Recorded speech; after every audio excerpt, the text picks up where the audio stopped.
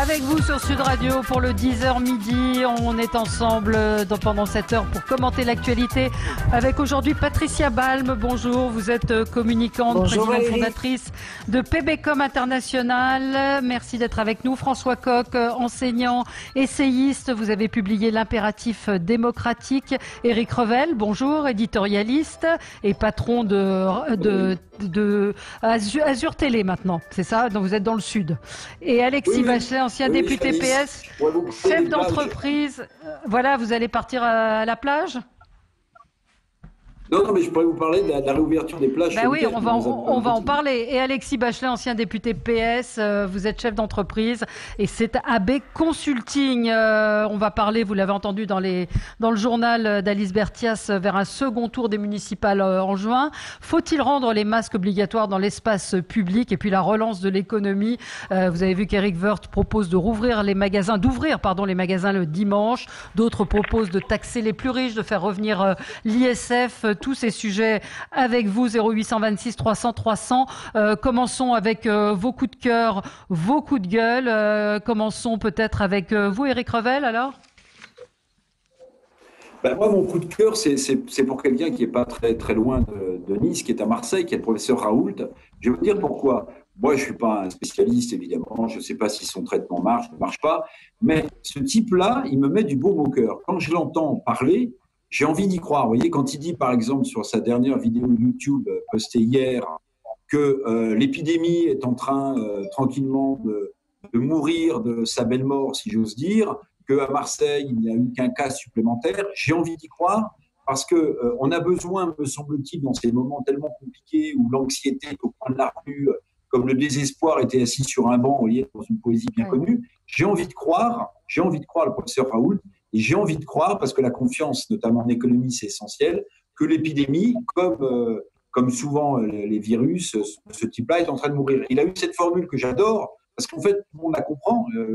Un type comme moi, qui n'est pas un spécialiste, la comprend. Il a dit, en fait, c'est bien une bosse, cette épidémie, et c'est pas un chameau. Vous voyez ? Oui. Les deux bosses. Donc, je trouve ça assez sympathique et j'ai envie d'y croire. Alors, vous avez entendu la réponse que lui a faite Olivier Véran en lui disant, en l'interpellant, en disant Didier, tu t'es trompé déjà sur la première vague, donc moi je ne crois pas forcément les gens qui disent comme ça. Oui. Non, mais après, c'est peut-être aussi donner. Alors, est-ce qu'il ne faut pas être plus prudent? C'est la question qu'on peut aussi se poser. Donner de l'espoir, oui. Il y a des épidémiologistes qui disent que c'est pas forcément gagné non plus. Donc, c'est voilà. Je trouve mais je dis pas du tout que c'est gagné, Valérie. Je dis pas du tout que c'est gagné. Je dis pas que c'est perdu. J'en sais rien. Et je pense que personne n'en sait rien en réalité. Ce que je dis, mais alors, est-ce que c'est pas dangereux de dire ça? On a besoin de voir des petites lumières. Vous voyez, on a besoin de voir des petites lumières au bout du tunnel. Et ce type-là, pour moi, il évoque ça. Alors, je ne sais pas si c'est un savant fou, un savant, j'en sais rien. Enfin, on entend tout et son contraire. Mais ce que je veux dire, c'est que j'aime bien ce genre de déclaration qui est souvent, évidemment, en contradiction avec ce que dit l'establishment classique et un peu compassé. Je ne sais pas s'il a raison ou s'il a tort, mais moi, ce matin, ça m'a donné le sourire. Voilà. Je ne sais pas, une réaction les uns les autres, Patricia? Moi, je pense que d'après ce que j'ai entendu, son traitement à la chloroquine, en tout cas c'était du plaquenil, je crois que c'était associé aussi aux Zitromax, ça a fonctionné pour beaucoup de gens que je connais, notamment le maire de Nice, son épouse, etc.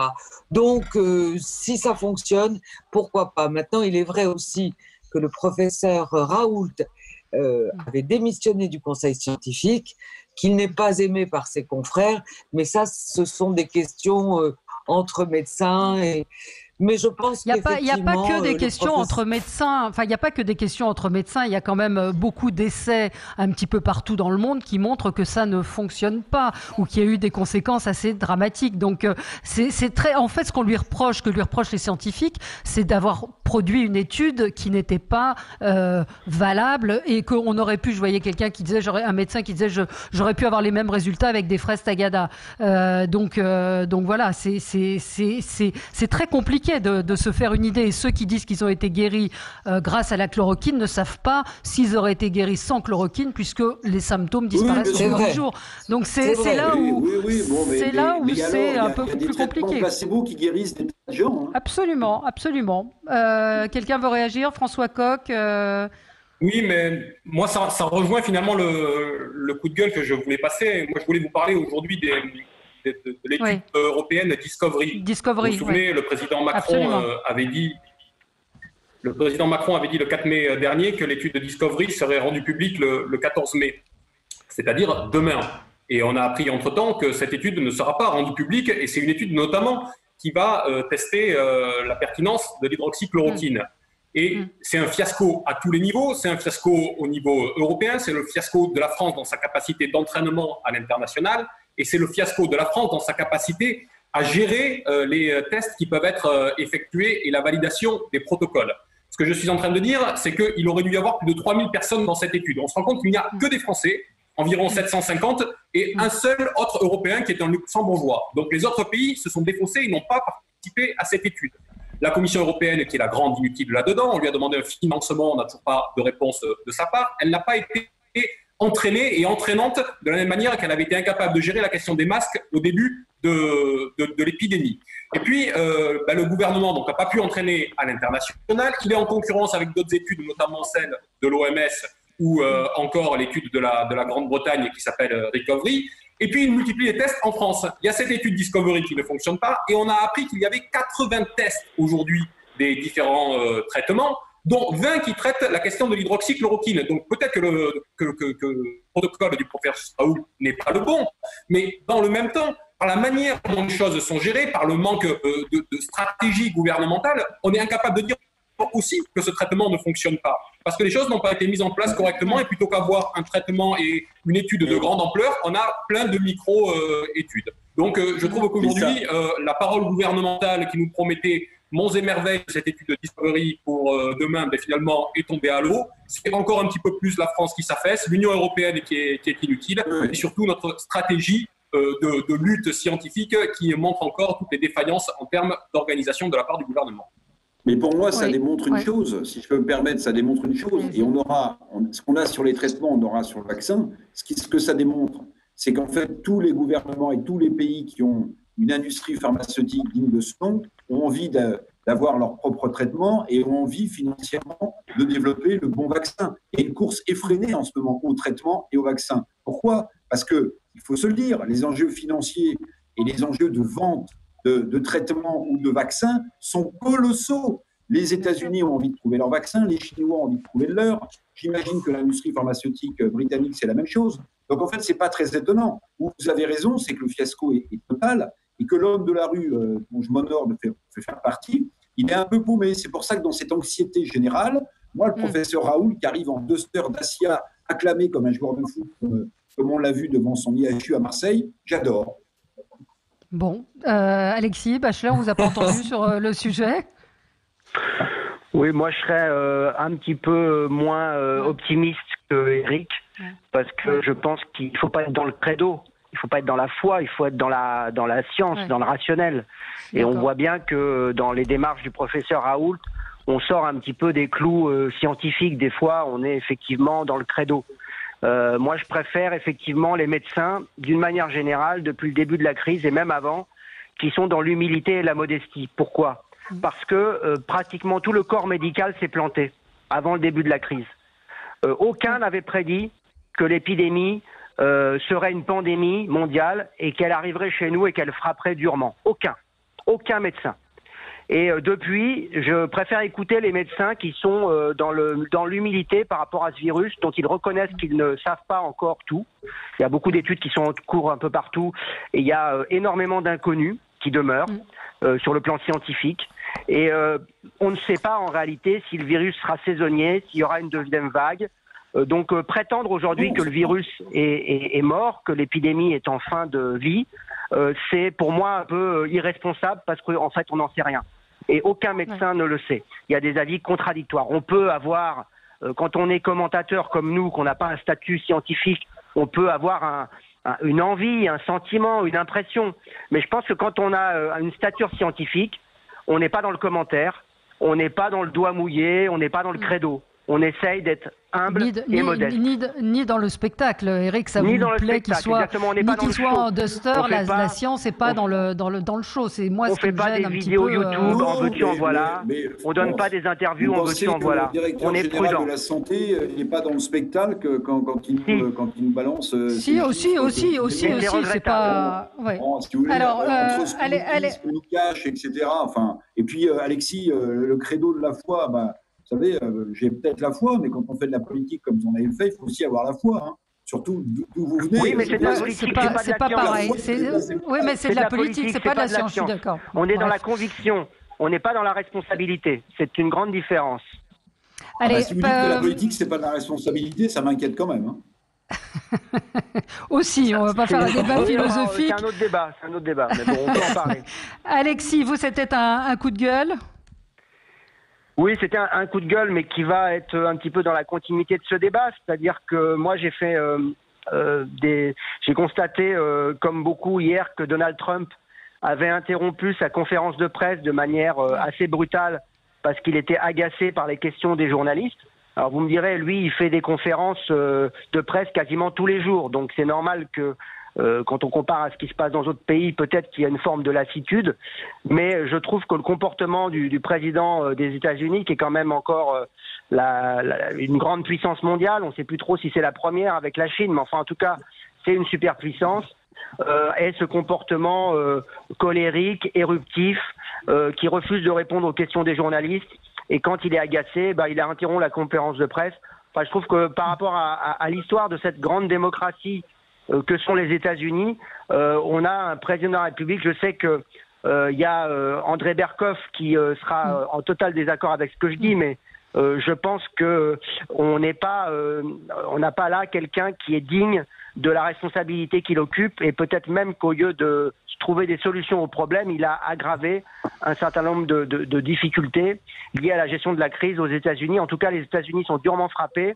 Et on voit bien que c'est très chaotique, la gestion de crise, et je pense que Donald Trump a largement sa part de responsabilité, à la fois par ses arrière-pensées électoralistes, mais aussi par son comportement personnel et psychologique même.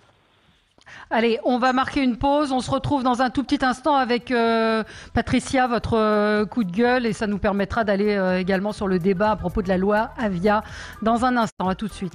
Avec vous sur Sud Radio pour commenter l'actualité. Une petite réponse d'une auditrice, Alexis Bachelet, à propos de Donald Trump. Lui, au moins, il fait des conférences. C'est pas comme notre président.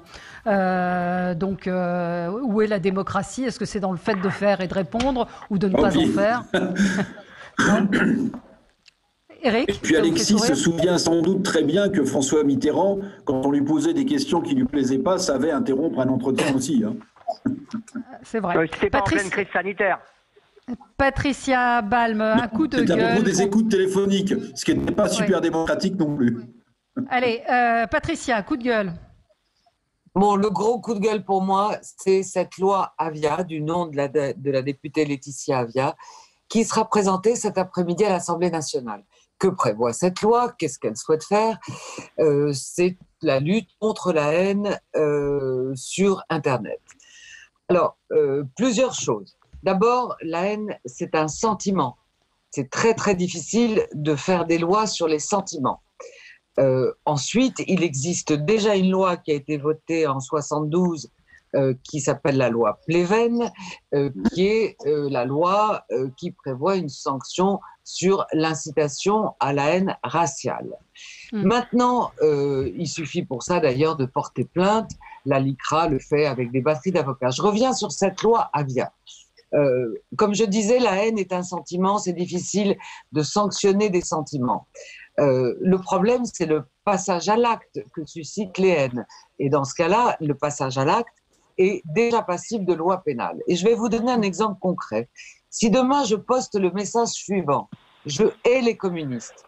Ce sont des gens sectaires, on a vu les dégâts du communisme à travers les siècles, le goulag, les prisonniers politiques. C'est un sentiment que j'ai. Et j'ai le droit, c'est une opinion. Est-ce que ce sentiment peut être passible de sanction? Non, c'est la liberté de penser, c'est la liberté d'expression. Donc, je dis simplement que cette loi est inutile. Il existe déjà une loi qui est la loi d'incitation à la haine. Et qu'est-ce que cette loi va apporter de plus? Alors, Madame Avia a dit qu'il suffira d'appuyer sur un bouton et de faire retirer en 24 heures des propos haineux. Mais je rappelle que, par exemple, sur Twitter, il existe déjà une façon de contourner les propos de haine, c'est-à-dire on bloque l'expéditeur et on le signale à Twitter. Donc, oui. Qu'est-ce que Madame Avia veut proposer? Peu suivi des faits non plus, parfois. Enfin, on voit des gens qui régulièrement publient des contenus haineux et sans que ce soit forcément sanctionné ou que le compte soit suspendu. Écoutez, moi j'ai bloqué des gens, ça m'arrive régulièrement. J'ai été également victime d'une agression verbale par quelqu'un. J'ai saisi la LICRA a porté plainte. Mais qu'est-ce que cette loi va apporter de plus? Je ne comprends pas. Loi liberticide. Madame Avia, oui. C'est une loi liberticide, c'est une loi contre la liberté d'expression et la liberté de penser. Et je crois que c'est encore le socle de la France que de pouvoir s'exprimer et dire ce que l'on pense. Maintenant, Madame Avia a décidé de porter cette loi. Il y a une polémique, je l'ai entendu ce matin sur l'antenne de Sud Radio. Il y a une polémique à laquelle elle n'a pas vraiment répondu. Un papier publié sur Mediapart hier où 5 collaborateurs l'accusent avec des preuves de s'être livrés à des haines, à des humiliations et à certains propos raciaux. Donc, ma question est de savoir qu'est-ce que va apporter cette loi, c'est-à-dire rien. Et je trouve qu'en ces temps difficiles, il y a quand même d'autres choses à faire que de refaire des lois sur des lois qui existent déjà. Alors, on va demander à nos débatteurs ce qu'ils en pensent. Effectivement, préciser d'abord dans un premier temps qu'il y a une enquête de Mediapart qui accable la députée de La République En Marche. Et ce sont vous l'avez dit, des témoignages de collaborateurs. 5 d'entre eux, ce n'est pas rien, qui dénoncent des propos. Elle a dit on a voté la loi des PD en traitant un de ses collaborateurs d'origine asiatique de nul parce qu'il ne savait pas se servir d'un Mac. Écoutez ce qu'elle répondait, c'était ce matin sur Sud Radio, sa première réaction. Écoutez, ces accusations sont, et puis j'ai pu le dire hier dans un écrit sur Twitter, sont des accusations qui sont mensongères, des accusations qui sont incohérentes, des messages à caractère privé qui sont complètement déconnectés de leur contexte et qui sont manipulés à des fins aujourd'hui on sait très bien d'affaiblir ce texte que je porte cet après-midi. Bon, donc oui, elle répond sans répondre, en disant que ce sont des propos sortis de leur contexte. Un mot, peut-être petit tour de table sur cette polémique autour de Laetitia Avia qui sort opportunément la veille du vote de la loi. Éric ? Oui. Éric Revel ? Oui, moi, si vous voulez, j'écoute les arguments de la députée. Des propos sortir leur contexte. Peut-être. Moi, ce qui m'intéresse plus, et je vais vous surprendre, Valérie, ce qui m'intéresse presque plus, c'est le rôle là-dedans que joue Mediapart. Ça m'intéresse beaucoup. Parce que Mediapart est devenu en France, vous voyez, le redresseur de tort. C'est une boîte qui fait du chiffre d'affaires, qui fait du bénéfice. Donc, en fait, Mediapart, astucieusement, sort des affaires, j'allais dire, à gauche et à droite. Imaginez si Mediapart n'avait pas été Mediapart et avait sorti cette affaire, justement, comme vous venez de le signaler, la veille de la présentation de cette loi. On aurait sans doute accusé le média, les ligues de vertu antiracistes, et d'autres auraient sans doute accusé le média en question de faire du racisme, de s'en prendre à une députée de La République, etc. Là, pas un bruit. Personne ne conteste l'enquête de Mediapart. Donc moi, ce que mais Eric, c'est pas le sujet, Mediapart. Attendez, je termine juste. Je vois bien ce que vous avez dit. Et vous avez raison de rappeler la loi Pleven, et tout ça a beaucoup de sens. Il faut arrêter d'empiler des lois, c'est compliqué de stigmatiser la haine, même si on voit à partir de quel moment ça dérape sur Twitter ou sur un autre réseau social. Mais ce que je veux dire, c'est le rôle, à l'insu de notre plein gré, qui est en train de remplir Mediapart dans la société médiatique démocratique française. C'est devenu le juge de paix. Edoui Plenel est le nouveau Diego de la Vega, vous voyez, il a un peu la moustache de Zorro. C'est-à-dire que maintenant, tout tourne autour de Mediapart. Mediapart peut se permettre ce qu'il veut. il n'est jamais attaqué ou très rarement. Et sur ce cas de figure-là, bien sûr que vous avez raison, Patricia, sur ce que vous avez dit sur la loi, mais sur ce cas de figure-là, si un autre média de gauche, de droite, une télé, une radio avait sorti cette affaire, je vous donne mon billet qu'on aurait crié au scandale et à l'attaque raciste. C'est ça que je veux dire. Et ce rôle de Mediapart, qui aujourd'hui focalise toutes les attentions, alors que c'est une machine à faire du chiffre d'affaires et du cash, en fait, c'est un positionnement marketing démocratique. Vous voyez ce que je veux dire? Bon, François Coq. Le problème, c'est peut-être que les autres ne jouent pas non plus leur rôle de presse comme le joue Mediapart. Peut-être que si les autres journaux et médias faisaient des enquêtes et faisaient cesser cette impunité qui est celle aujourd'hui des responsables politiques qui ne peuvent être jugés que dans l'entre-soi de la caste politique, nous n'en serions pas là. Donc, d'une certaine façon, que les enquêtes de Mediapart permettent d'être à jour un certain nombre de dysfonctionnements extrêmement importants qui sont au cœur de l'exercice démocratique. Moi, je ne crois pas à la coïncidence. Mais moi, je voudrais revenir... Non, il n'y a pas de coïncidence. Non, il n'y a pas de coïncidence. C'est sûr, c'est la veille de l'adoption de la loi. La veille où elle présente cette loi, évidemment. Vous savez, les enquêtes journalistiques, il y a celles qui sont menées... Mais ça, c'est la discussion du petit monde, honnêtement. Et puis franchement, ça n'intéresse pas les gens. Laissez-moi parler un instant du fond de la loi. François Coq, parlons du fond de la loi. Cette loi. Moi, je juge que l'amendement qui a été passé en douce par le gouvernement le 21 janvier au soir, qui est inclus dans l'article 1, et qui fait que pour retirer des contenus, ce ne sera plus en 24 heures, mais ça sera en 1 heure, et que ce sera au motif de terrorisme, qui est quelque chose qui n'est pas fondé en droit. Autrement dit, la définition du terrorisme est extrêmement large. Et celles et ceux qui pourront faire retirer des articles pour cause de terrorisme, ce sera la police qui bénéficiera, ce faisant, d'un pouvoir discrétionnaire pour qualifier ce qui est terroriste et ensuite donc qui jugera ce qui doit être censuré, paraître le juge de la chaîne de décision. Tout ça pose un vrai problème dans la séparation des pouvoirs. Voilà ce qu'est le contenu de la loi et voilà ce qui est bien plus important que le rôle ou non joué par Mediapart dans cette affaire. Cette loi, il y a plusieurs sujets. Le problème qui avait été posé par Desinfox coronavirus va continuer à mettre tout le monde sous tutelle et à faire taire les gens.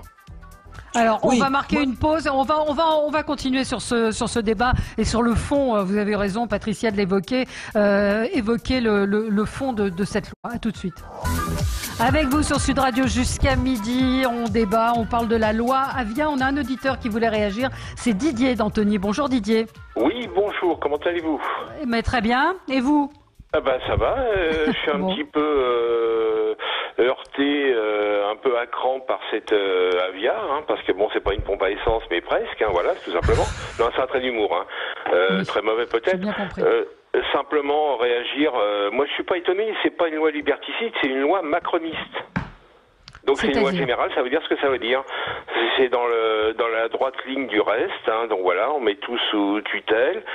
Quelle est la personne qui intervenait, ce monsieur-là qui parlait? François Coq? Ah, c'est extraordinaire, ses propos, il est tout à fait dans le vrai. Ouais. C'est clair, net et précis. Donc vous, cette loi, pour vous, elle n'est pas utile, ce que disait Patricia Balm, c'est-à-dire que... Il existe déjà des lois qui, comme disait Patricia, effectivement, il existe déjà une loi contre la haine. Donc c'est en plus pour verrouiller un peu plus les internautes, notamment sur des sujets de fond. Parce que, par contre, je tiens à faire une parenthèse, je ne sais pas si Patricia ou d'autres personnes sont au courant, mais cette fameuse Madame Avia a été interpellée parce que, bon, je connais certaines personnes, notamment par l'association Le Cran.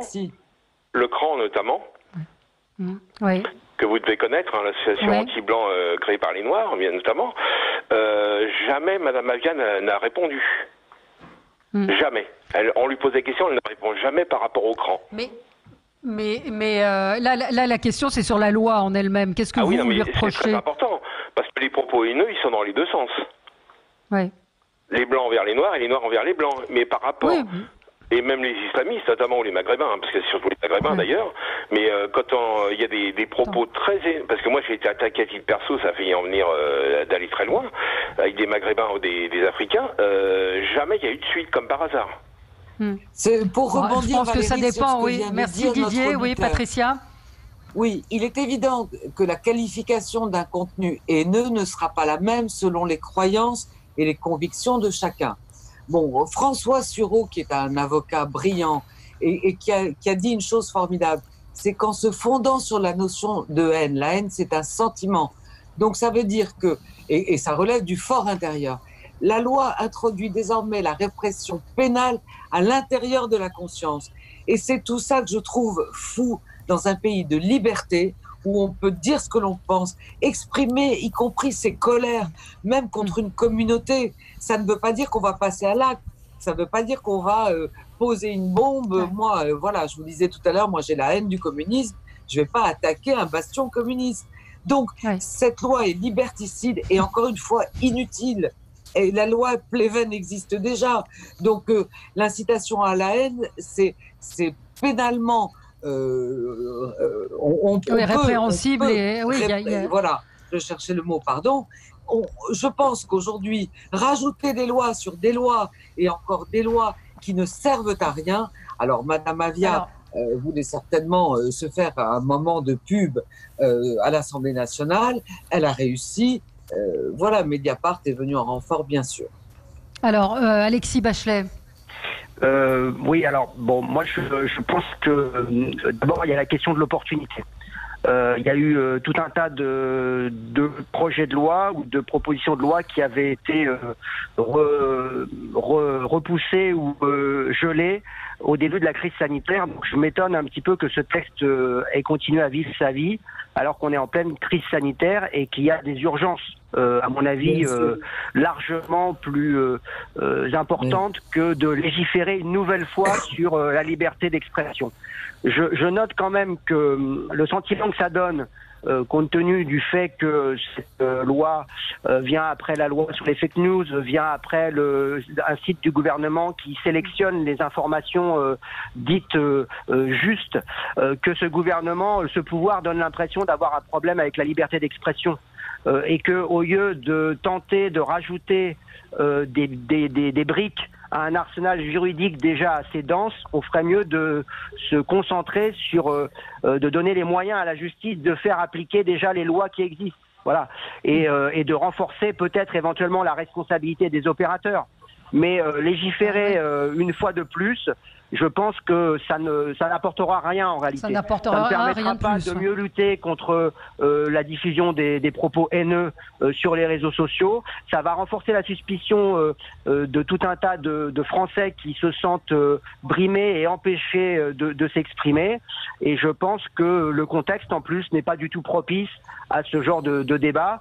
Voilà, je pense que ça aurait été bien que le gouvernement retire ce projet de loi et se concentre sur des vrais sujets. Et je mets de côté, on va dire, la personnalité de la députée, ce qu'elle a pu faire avec ses collaborateurs ou autres, c'est pas vraiment le sujet.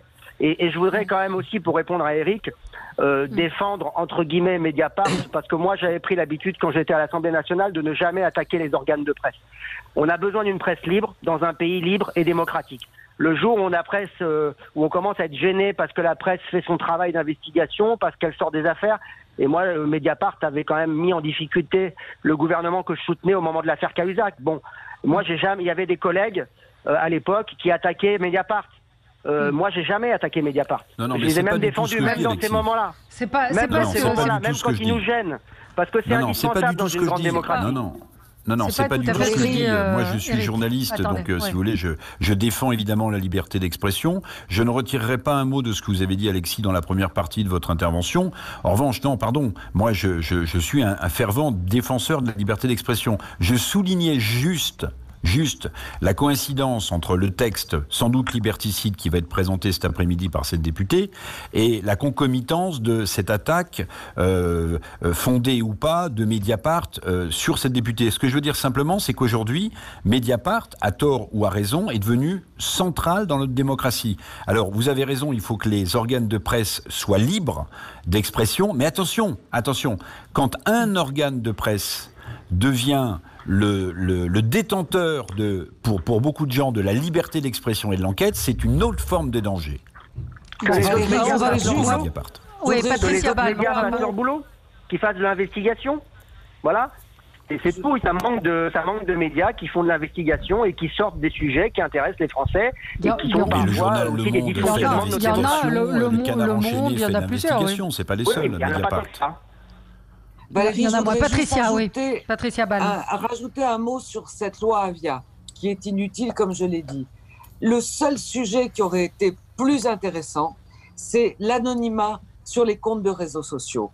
Alors, effectivement, si Laetitia Avia avait proposé une loi sur la levée de l'anonymat sur les réseaux sociaux, ce qui est extrêmement difficile, j'en conviens. Mais là, c'était utile, parce qu'à ce moment-là, quand on poste des tweets ou des messages de haine, on les assume. Et la plupart des gens qui les postent ne les assument pas. Ne les assument moi, pas. c'est ça la loi. La loi, c'est vrai. À l'instant, le tweet d'Alain Jakubowicz, qui est avocat et qui est le président de la LICRA, dit « Si ces faits sont avérés, en faisant référence à l'enquête de Mediapart, ils ne peuvent rester sans suite. En tout cas, et à minima, une loi sur le racisme ne peut pas porter le nom d'une députée qui aurait tenu de tels propos. Toute la lumière doit être faite et vite. » Or, il faut dire que la loi doit être adoptée cet après-midi. Oui, enfin, elle est en première lecture, je crois. Ce qui est en cause... Pardon, oui, allez-y, François. C'est le 5e passage. L'amendement dont moi je parlais tout à l'heure avait été rejeté par le Sénat et on va voir ce que va faire l'Assemblée nationale cet après-midi.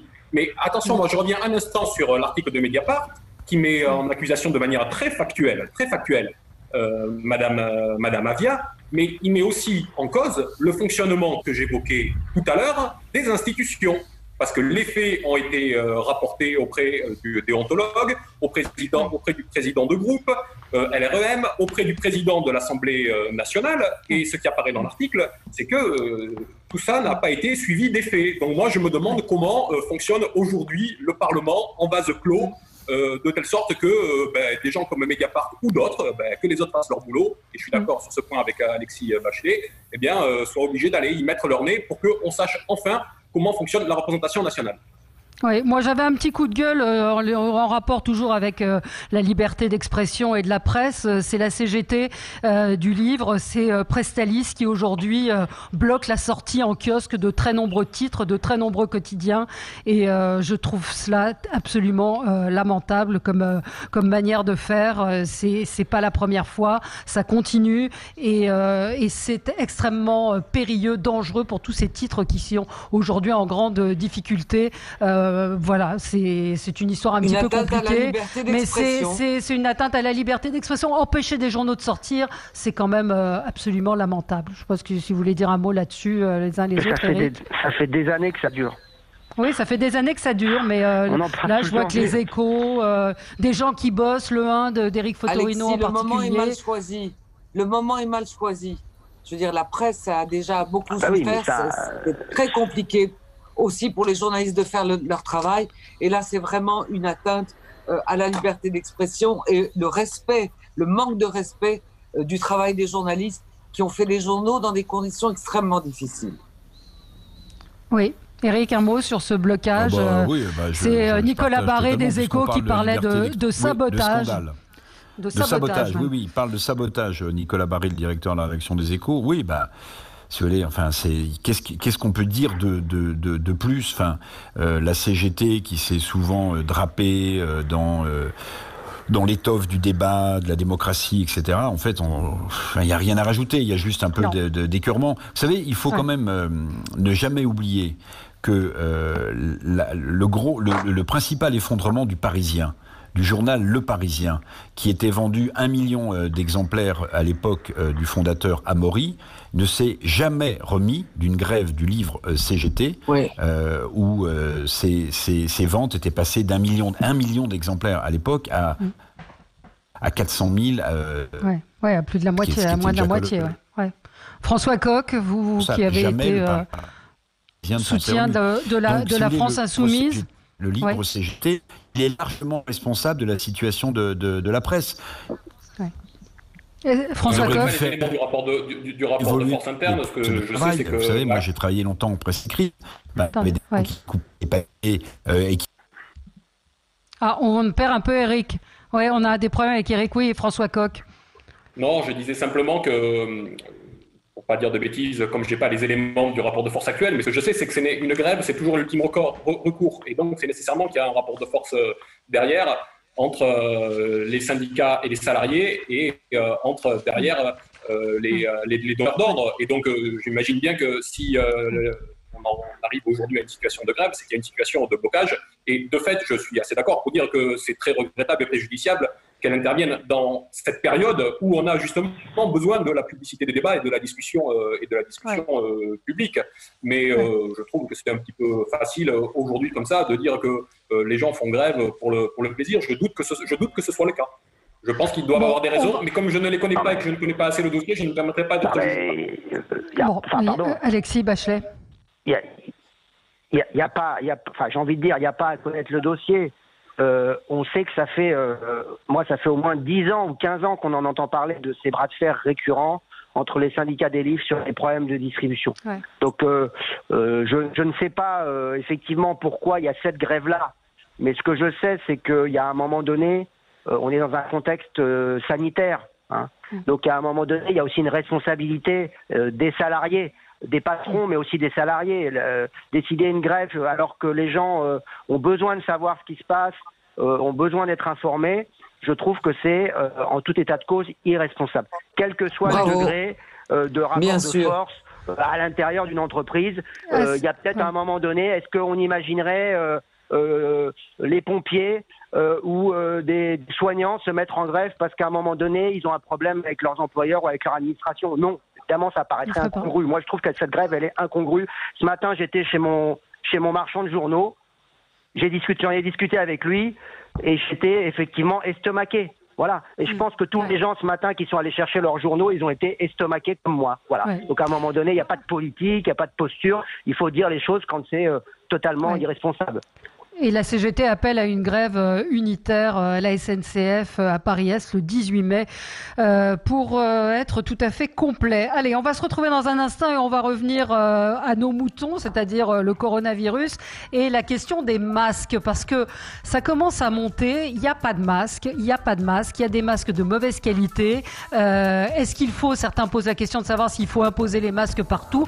Encore faudrait-il en avoir. Je sais qu'à Paris, par exemple, les gens qui ne sont pas prioritaires, on leur dit qu'ils les auront début juin, dans d'autres communes également. Donc les masques ne sont toujours pas là. On en parle avec vous dans un instant. À tout de suite. Débat et polémique autour des masques. Faut-il rendre le masque obligatoire dans l'espace public? Tous les médecins ne sont pas d'accord. Encore faudrait-il que tous les Français puissent avoir des masques. Alors, on en trouve effectivement en pharmacie, on en trouve dans les grandes surfaces, encore que parfois c'est un petit peu la foire, mais les masques gratuits sont, en tout cas, qui doivent être distribués par les communes, peinent à arriver. Un auditeur ce matin m'a envoyé une photo d'un communiqué de sa mairie. Désolé, mais contrairement à l'information donnée, la commune n'a plus de masques à distribuer. Le département nous ayant livré seulement la moitié du stock suite à un problème d'approvisionnement. Un autre auditeur de Biarritz m'a envoyé une photo d'un masque qui lui a été donné après un lavage. Il est complètement, les élastiques sont foutus.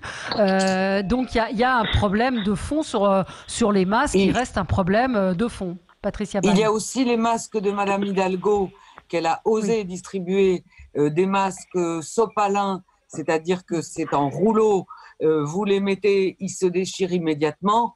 Et ça, c'est aussi un scandale. Elle avait promis, la maire de Paris avait promis des masques pour tout le monde, en particulier pour les personnes âgées. Et elle fournit des masques, je ne sais pas où elle les a commandés, qui les a fabriqués, mais c'est un scandale. Alors, je sais qu'on n'est pas loin à l'approche des élections municipales.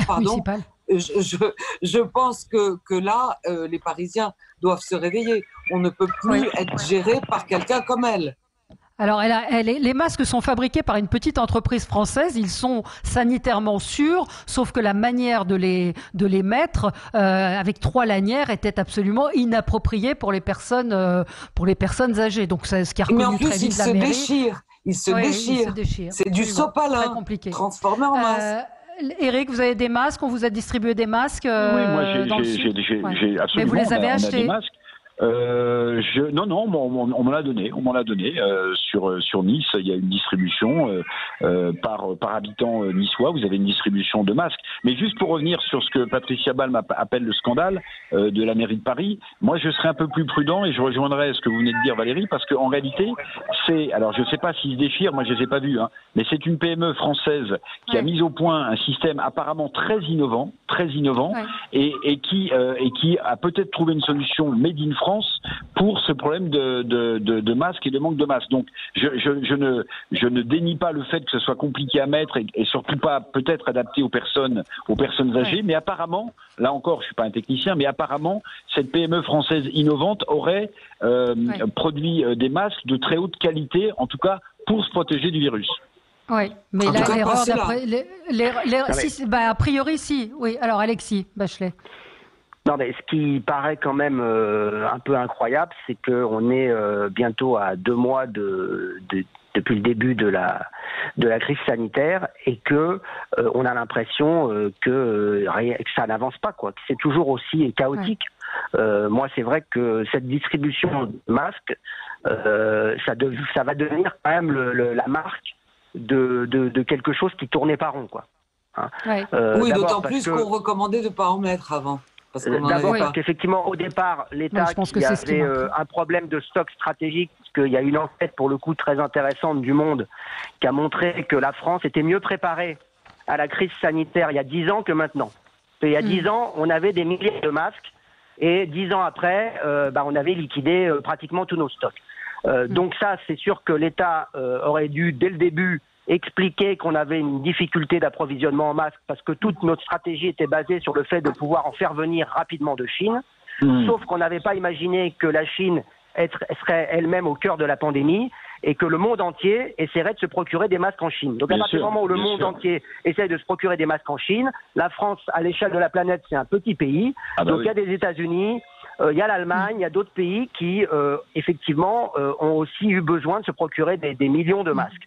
Oui, puis on va voir la même chose, Valérie, sur les tests. Hein. On va voir la même chose sur les tests. Oui, mais là, ce qui est embêtant, c'est qu'en fait, on devrait idéalement tous porter un masque.